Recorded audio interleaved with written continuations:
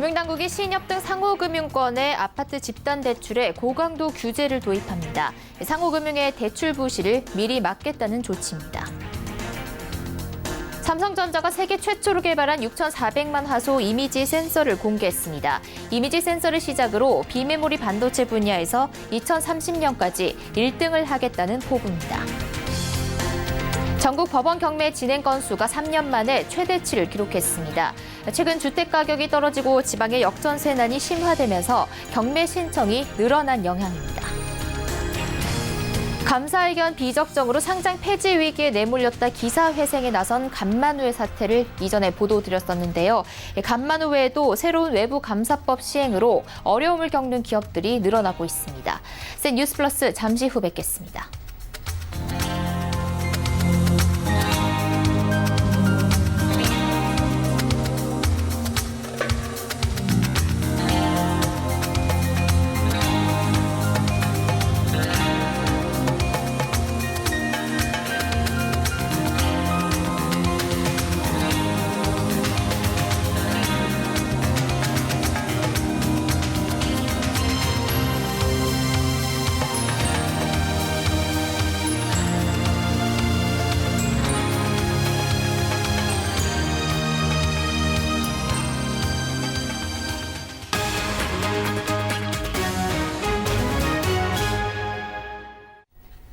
시청자 여러분 안녕하십니까? 센 뉴스 플러스 양한나입니다. 금융당국이 신협 등 상호금융조합의 아파트 집단대출에 고강도 규제를 도입합니다. 신용 취약계층 대출을 주로 하고 있는 상호금융의 대출 부실을 사전에 예방해 금융권의 잠재 부실을 막겠다는 겁니다. 이하라 기자입니다. 금융당국이 상호금융조합의 집단대출에 대한 관리를 강화합니다. 올해 가계부채 관리 목표인 5%대에 맞춰 제2금융권 가계대출 증가 속도도 관리하겠다는 겁니다. 이를 위해 다음 달부터 제2금융권에도 DSR, 즉 총부채 원리금 상환 비율 관리 지표를 도입합니다. 신협에는 현행 예대율 규제율인 80에서 100%를 충족하지 못하는 조합에 집단대출 취급을 금지하기로 했습니다.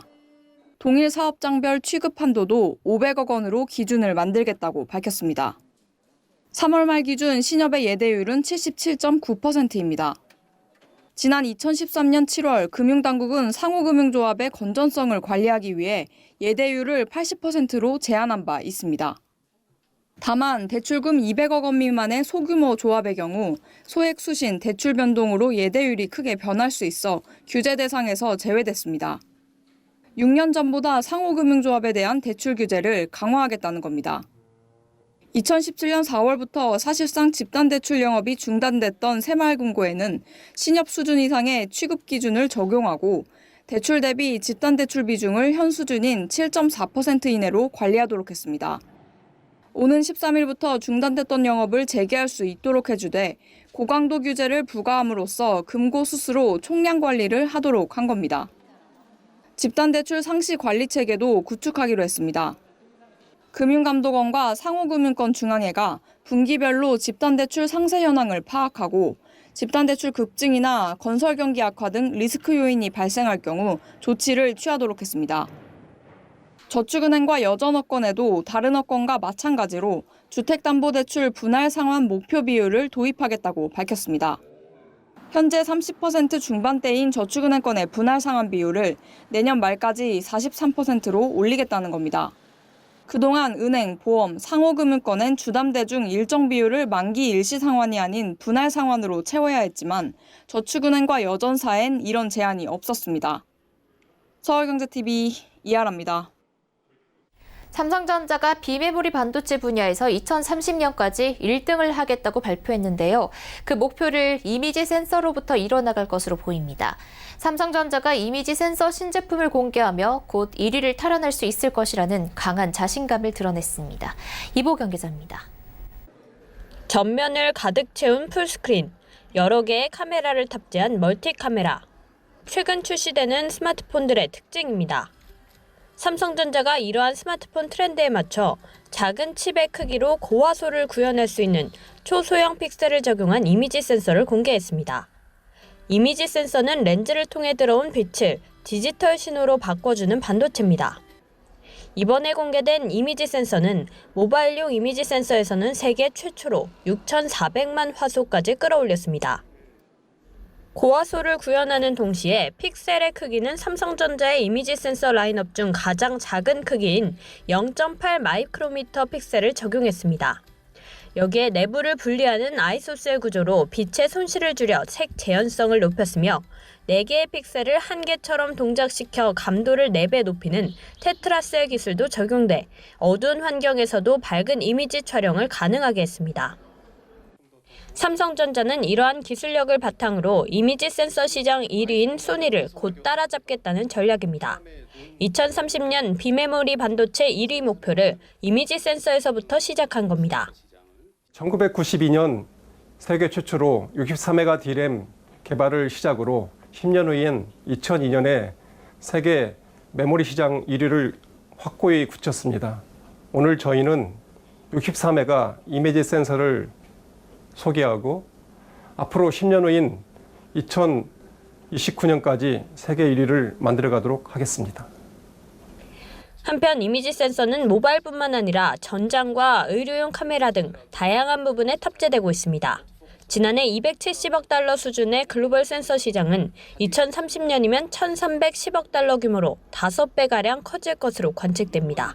서울경제TV 이보경입니다. 전국 법원 경매 진행 건수가 3년 만에 최대치를 기록했습니다. 최근 수도권과 지방의 주택 가격이 약세를 보이면서 낙찰되는 물건이 줄어든 데다 지방의 역전세난이 심화되면서 보증금을 돌려받지 못한 세입자들의 경매 신청이 늘어난 영향입니다. 법원 경매 전문 회사인 지지옥션에 따르면 지난달 전국에서 진행된 법원 경매 진행 건수는 약 11,000건으로 집계됐습니다. 이는 2016년 5월 약 12,000건을 기록한 이후 3년 만에 최대치로 전달과 비교해 15.8% 증가한 겁니다. 경매 진행 건수는 전국의 17개 시도 가운데 인천광역시와 부산광역시만 전달보다 줄었고 나머지 시도는 모두 증가했습니다. 특히 용도별로 봤을 때 주거시설이 경매 건수는 5,006건으로 전달보다 16.8%로 가장 많이 늘었습니다. 전국 주거시설의 경매 진행 건수가 5,000건을 넘어선 건 2015년 6월 이후 약 3년 10개월 만에 처음입니다.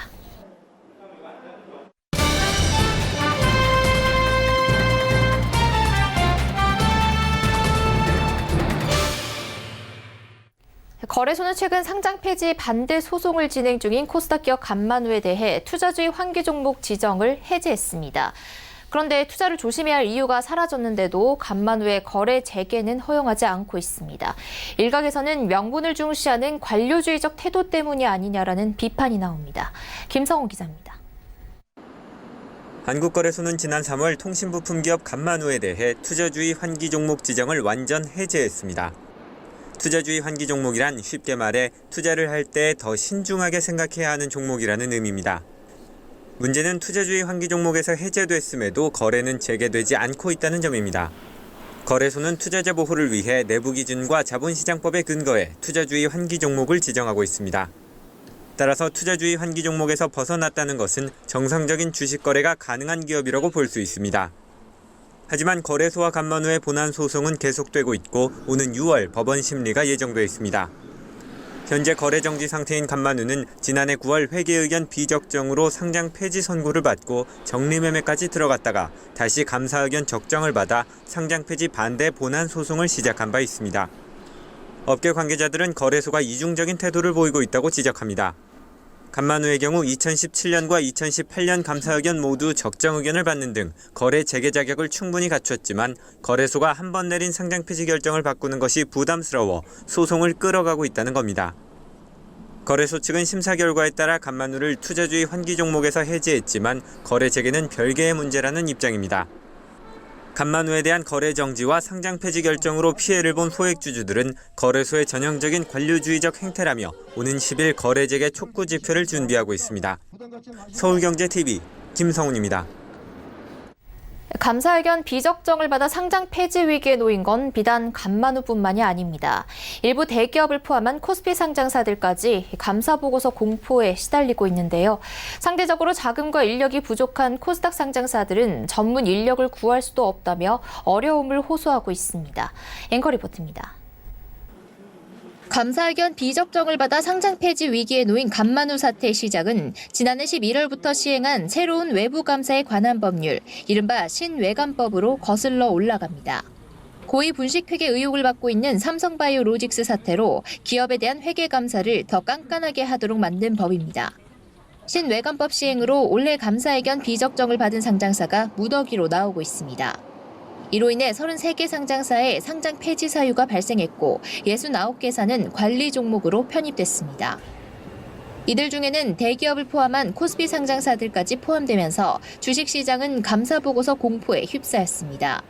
감사의견 비적정을 받은 기업의 주가는 폭락하고 적정을 받아낼 경우 급등하는 등 시장의 불확실성은 더욱 커졌습니다. 주요 대기업 상장사들은 경쟁적으로 회계 분야 권위자를 사회이사 감사로 영입하는 등 내부 회계 관리에 나섰지만 중소기업 상장사의 경우 그만한 자금과 인력이 부족한 실정입니다. 감사 범위를 벗어나는 회사의 어떤 자료까지도 요구하는 경우도 있거든요. 결국 감사 보수가 늘어나는 부분이거든요. 코스닥사 입장에서는 저 비용 증대의 문제가 있고 회계사법에 준하는 이제 전문 인력을 채용을 해야 되는데 또 인건비라든지 상승되니까 회사 부담이 또 큰 거거든요. 돈으로 커버가 안 되는 회사 같은 경우는 그냥 못 쫓아가거나 좋은 회계사 감사인 만나면 어떻게 내고 그러는 상황이거든요. 회계 감사를 놓고도 대기업과 중소기업 간 빈익빈 부익부 현상이 벌어지고 있습니다. 서울경제TV 양은나입니다. 앞서 리포트에서 보셨듯이 지난해 11월 신외감법이 도입되면서 업계는 어려움을 호소하고 있는데요. 기업 경영의 투명성을 높이려는 취지는 이해하지만 당국이 보완해줘야 할 부분이 있다고 목소리를 내고 있습니다. 관련 내용 증권팀 이소영 기자와 알아보겠습니다. 안녕하세요. 안녕하세요.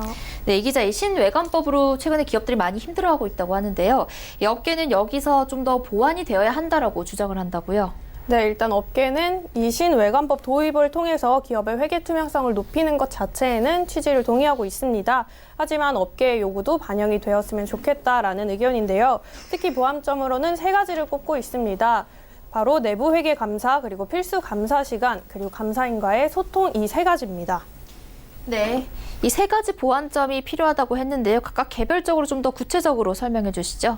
네, 먼저 업계에서 가장 중요시 여기고 있고 가장 우려하고 있는 내부 회계 감사 부분부터 말씀드리도록 하겠습니다. 금융당국이 이 내부 회계 감사라는 카드를 꺼내든 거는 삼성 바이오로직스의 분식회계와 같은 사건이 재발하지 않았으면 하는 취지인데요. 업계도 이 같은 취지에는 역시 동의하고 있습니다. 다만 문제는 제도의 실효성입니다. 이 제도가 먼저 도입됐던 미국의 경우에는 75,000달러라는 기준을 두고 시가총액 75,000달러 이상인 기업들에 이 제도를 도입하고 있습니다. 하지만 한국의 경우 금융당국이 이 제도를 상장기업 전부에 일괄 적용할 방침인데요. 이로 인해서 중소기업들조차도 새로운 내부 회계 감사 시스템을 만드는 데, 구축하는 데 필요한 비용이 들고 또 이를 운영할 전문가를 영입하고 컨설팅을 받는 비용이 증가하고 있습니다. 뿐만 아니라 내부 회계가 감사의 대상이 되면서 감사 시간도 필수 감사 시간도 증가하게 되는데요. 이 때문에 감사 비용 증가까지 더해져서 이중고를 안게 됩니다. 업계 관계자 이야기 들어보시죠. 정말 제대로 하려면 10명이 필요한데 우리 3명, 5명밖에 없어요. 근데 그러면 그 사람들끼리 해야 되겠죠, 결국은. 이거 하자고 5명을 또 뽑을 수 없는 거 아닙니까? 일반 회사들이 스스로 내부 통제 시스템을 갖출 수가 없어요. 이 관계자는 시스템 구축이 결국 기업의 비용 증가로 이어지고 기업의 회계 비용 증가가 적자를 계속하는 요인이 돼서 관리 종목에 지정될 우려가 있다고 지적하기도 했습니다. 네, 이 필수 감사 시간까지 더해져서 이중고다라고 말씀하셨는데요. 여기에는 어떤 문제점이 있습니까? 네, 일단은 금융감독이 이 신외감법을 도입할 때 업종별 그리고 기업의 규모별 필수 감사 시간을 규정했습니다. 문제가 되는 부분은 표본이 너무 적었다는 부분입니다. 업종의 세분화 또한 표본이 적기 때문에 제대로 되지 않은 건데요. 제조업이라고 규정된 경우에 세분화하면 20개에서 30개 정도로 그 종목이 세분화될 수 있습니다. 하지만 이게 반영이 되지 않으면서 일부 종목, 일부 기업들의 경우에는 필요한 감사 시간보다 더 많은 감사 시간을 할애해야 하고 또 일부는 필요한 감사 시간보다 적은 감사 시간이 할애돼서 기업 금융당국이 원래 취지였던 감사 강화가 제대로 이루어지지 않을 수 있는 상황입니다. 또한 앞서 설명드렸던 내부 회계 감사 시간이 더해진다는 문제도 있는데요. 내부 회계 감사는 필수 감사 시간과 별개의 시간입니다. 따라서 기업이 부담이 더 배가 되는 건데요. 내부 회계가 감사 대상에 포함되면 전체 감사 시간에 대비해서 일정 비율을 또 회계 감사에 할애해야 되는 겁니다. 예를 들어서 A 기업이 100시간이라는 필수 감사 시간이 배정돼 있고 그리고 이에 따른 회계 감사 비율이 40%라고 규정을 할 때 기본적으로 100시간의 감사를 받고 여기에 회계 감사 시간 40시간이 더해져서 총 140시간의 감사를 받아야 되는 상황입니다. 네, 확실히 기업들의 부담이 늘어나고 있다는 게 느껴지는데요. 마지막으로 그럼 감사인과의 소통 부분이 또 어렵다고 했다는 부분, 이건 어떤 겁니까? 네, 요거는 이제 재무제표를 작성하는 데 있어서 외부 감사인의 독립성을 강화하기 위해서 자문 금지 규정을 둔 게 문제가 되는데요. 물론 이게 외부 감사인의 독립성을 보호해준다는 측면에서 그동안 이 제도는 잘 운영되어 왔습니다.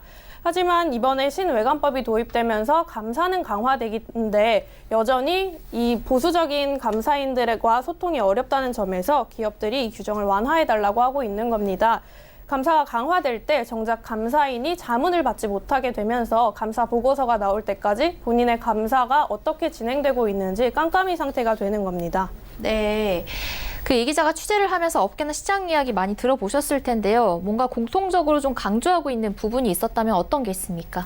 네, 일단 가장 강조하고 싶은 부분은 저희가 앞서 말씀드린 것처럼 3가지 보완점이 필요하다고 말을 하긴 했지만 업계도 시장도 모두 이 신외관법이 도입되는 방향은 올바르다, 바른 방향이다라고 생각하고 있는 건데요.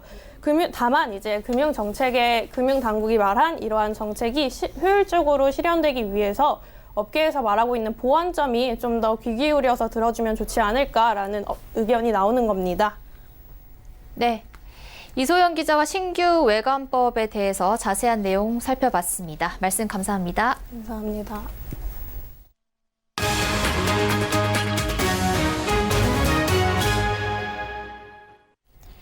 최종구 금융위원장은 금융투자회사에 대한 정보교류 차단 장치, 일명 차이니즈 월 규제를 전면 개편하겠다고 밝혔습니다.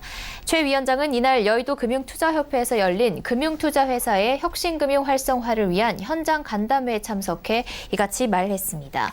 최 위원장은 모두 발언을 통해 우리나라 차이니즈 월 규제는 회사 규모와 업무 성격 등을 고려하지 않고 법령에서 직접 규제 대상과 방식을 규정하고 있어 조직 인사 운영에 대한 회사 자율성을 제약하고 있다는 평가를 받고 있다고 지적했습니다. 그는 새로운 상품과 서비스를 개발할 때도 차이니즈 월 규제로 신속한 도입이 어려운 경우가 빈번히 발생하는 상황이라며 자본시장의 역동성을 저해하고 현실성이 떨어지는 사전적 규제로 작용하는 차이니즈 월 규제를 전면 개선하겠다고 강조했습니다. 차이니즈 월은 중국의 만리장성을 말하며 만리장성이 구획을 가르는 견고한 벽인 것처럼 정보 교류를 철저히 금지하는 규제를 의미합니다. 최 위원장은 우선 금융투자업 업무를 기준으로 차이니즈월 설치 대상을 정하고 금지 행위를 규율하는 현행 업단위 칸막이 규제 방식을 이해 상충 방지를 위해 정보 교류 차단이 필요한 정보 단위별 규제로 전환하겠다고 설명했습니다.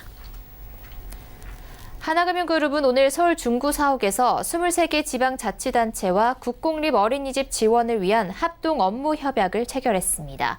하나금융은 지난 1월부터 4개월간 국공립 어린이집 지원 대상 지자체 선정을 위해 공모를 진행했습니다. 현장 실사를 포함한 심사 과정을 거쳐 전북 익산시와 경북 군위군 등 총 23개 지자체를 최종 선정했습니다. 하나금융은 이번 협약으로 약 2,550명의 어린이에 대한 보육 혜택과 500여 명의 보육교사 일자리가 만들어질 것으로 기대했습니다. 또 양질의 보육시설 확충과 교육 서비스 제공, 보육 관계자 근로 환경 개선, 지역 격차 해소 등 어린이 보육 분야의 질적 향상 등에도 기여할 것이라고 설명했습니다. 김정태 하나금융회장은 이번 협약식에서 그룹의 대표 사회공헌 사업인 어린이집 건립은 우리나라의 미래를 살리는 운동이라며 어린이를 통해 더욱 밝고 힘찬 미래로 나아가길 희망한다고 말했습니다. 하나금융은 저출산 대응과 여성의 경제활동 지원을 위해 지난해부터 국공립 어린이집 90개와 직장 어린이집 10개 등 총 100개 어린이집 건립 프로젝트를 진행하고 있습니다. 공고문 읽어주는 남자 세 번째 시간입니다. 오늘은 위례 신도시 우미린 1차에 대해서 짚어볼 텐데요. 부동산티 유민호 기자 나와 있습니다. 유 기자. 네, 최근 분양시장에서 가장 뜨거운 지역을 꼽으라면 바로 위례 신도시일 겁니다. 올해 들어 분양시장이 작년만큼 못하다는 평가가 나오고 있지만 위례 신도시에서 분양한 아파트 모델하우스에는 수만 명이 몰리면서 연일 북적대고 있습니다. 오늘 공고문을 통해 알아볼 단지는 바로 우미건설이 하남시 북위례 쪽에 짓는 위례 신도시 우미린 1차입니다.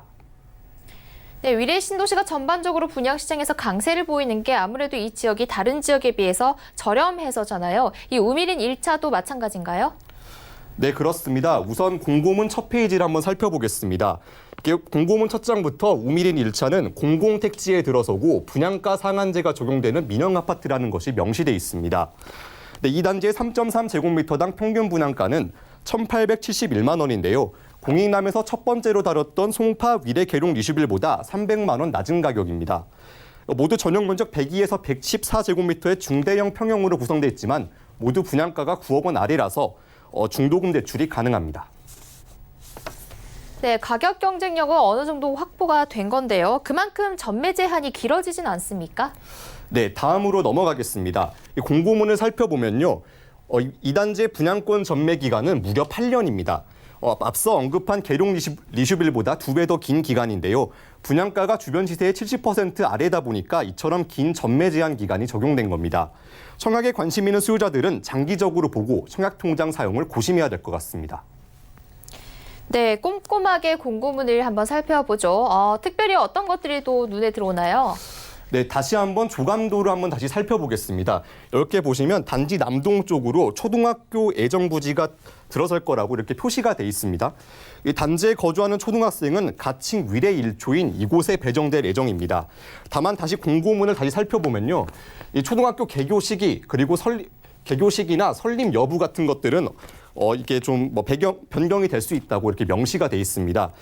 입주 시기에 맞춰 자녀를 초등학교에 보낸 학부모들은 이 같은 것들을 해당 교육청에 물어봐서 꼼꼼히 따져봐야 할 겁니다.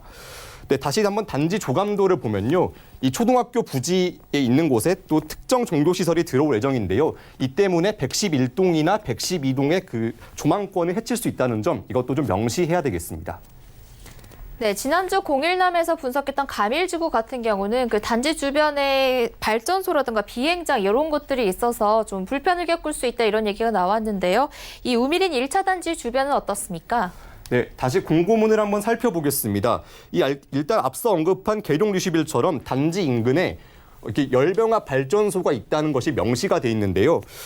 또 이게 재작년 상업운전을 시작한 바로 위례 에너지 서비스가 자리하고 있는 겁니다.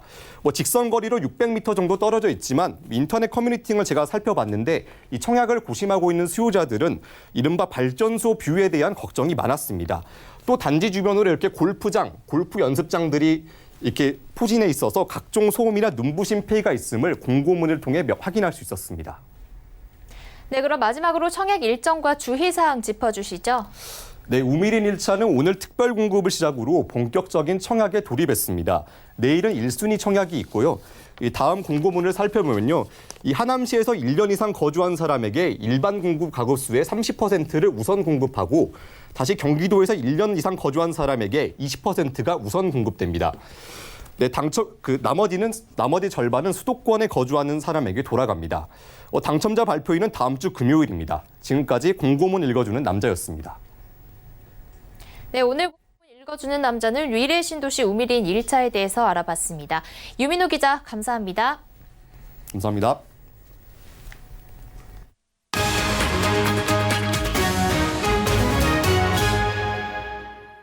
센 뉴스 플러스 여기까지입니다. 시청해주신 여러분 고맙습니다.